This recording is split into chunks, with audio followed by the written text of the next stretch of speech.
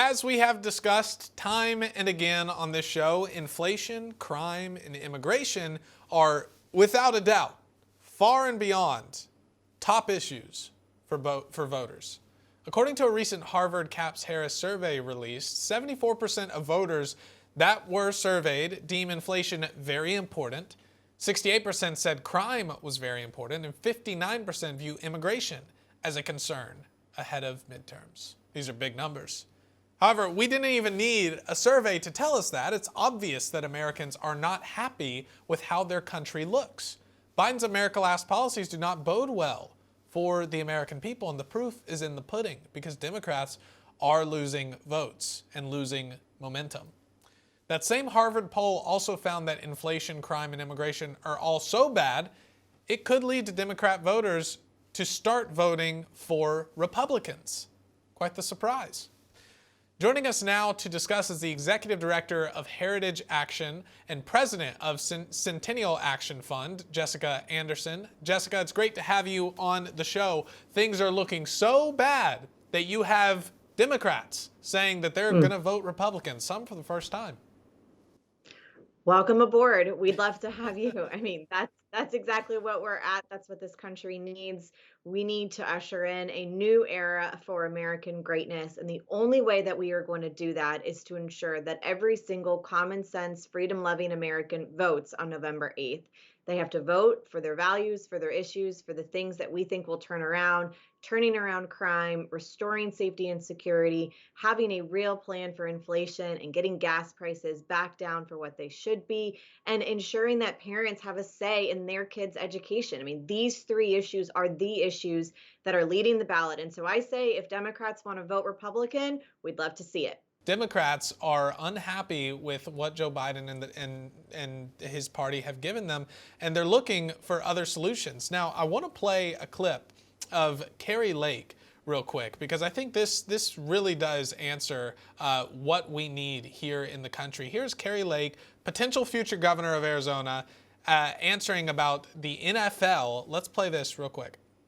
Let's jump then to the fallout. We know that there's been a history in Arizona with SB 1070, with boycotts in Arizona. We know the Super Bowl at one time was pulled over the Martin Luther King law. You would be inaugurated, you would be sworn in a month from the Super Bowl being here. If the NFL were to threaten they're going to pull the Super Bowl if you do that, would it make you waver in your decision? You want to tell me that a bunch of football teams owned by billionaires are okay with fentanyl pouring across our border at a record level, killing our young people? Number one killer right now is fentanyl, 18 to 45. It's killing a generation of people. If the NFL is okay with that, then they got to do some soul searching. A perfect answer from Kari Lake, not being beholden to these woke corporations ahead of the midterm election. She says, hey, if the NFL doesn't want me to help save people's lives in my state and save people from overdosing on drugs, then yeah, they can go play the Super Bowl elsewhere. A fantastic answer from Kari Lake. Yeah, I love it. You know, Kari Lake, she is one of those candidates. Blake Masters, the same thing in Arizona. These two candidates, they cut through the spin, they cut through the crap that we're seeing from the mainstream media. And I think you even see even more conservatives being willing to fight this issue to provide safe, secure, and fraud-free elections. I mean, let's not forget, not too long ago, the left and Democrats, Stacey Abrams, Joe Biden, Hillary Clinton, all were saying that the election results, that they had doubt in them. That is no different than us as conservatives wanting to make sure that our elections are secure, that they're free from fraud. And so if the NFL doesn't want to do that as well, if they're not serious about ensuring that cheaters cannot cheat in the elections, then honestly, what Kari Lake is saying is so true. They can go pound sand, and that sort of tough rhetoric is exactly what we need heading into November, and it's going to be what we need in the weeks after the election to hold strong to these results and make sure that we continue to have election integrity at the state level into 2023 legislative sessions across the country. Now, we actually have a headline from ABC News. I want to put that up for our audience. It says, Kari Lake suggests early voting be restricted in Arizona as she repeats election lies. I'm glad you brought up that the Democrats have been denying elections, Jessica. I say that Democrats have been denying elections since before it was cool and it was it was trendy. But you know, this attempt to just beat Kari Lake over the head at the behest of Katie Hobbs, this weak, feckless candidate who has been running like a dog with its tail tucked between its legs from debating Kari Lake or even confronting Kari Lake. She just sits there. She's a keyboard warrior candidate for governor, Katie Hobbs is, and Kari Lake has been out there on the front lines. Isn't this who the mainstream media, if all things considered, if we didn't have such a corrupt media, isn't this the candidate that they should be touting? The one who's being transparent, the one who's out there campaigning, the one who's out there saying, hey, I want to debate my opponent. I believe you guys deserve to hear both of us on a debate stage. If we had a fair and honest media, Kari Lake would be the one that they're writing the honest and at least nice headlines over.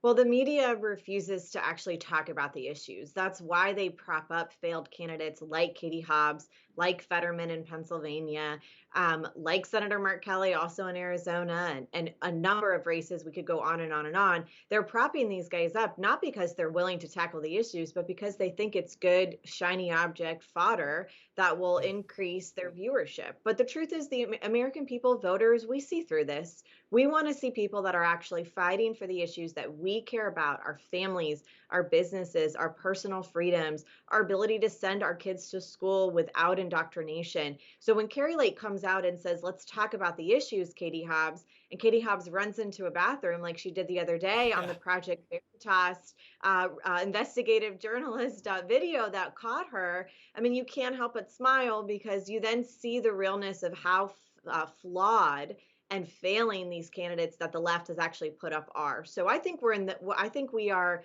2 weeks away from a major voter reckoning for the direction that this country is going, and hopefully it will usher in a brand new era of American greatness and turn this country around, because the fights that we're dealing with today, they are real. These are real issues that impact every single one of us, and we need people that are going to Washington, elected officials that are going to Washington, that are actually going to fight for you and I when push comes to shove. Yeah, that's exactly right. Jessica Anderson from Heritage Action. Great to have you on the show. Thanks for being here. Thanks for having me.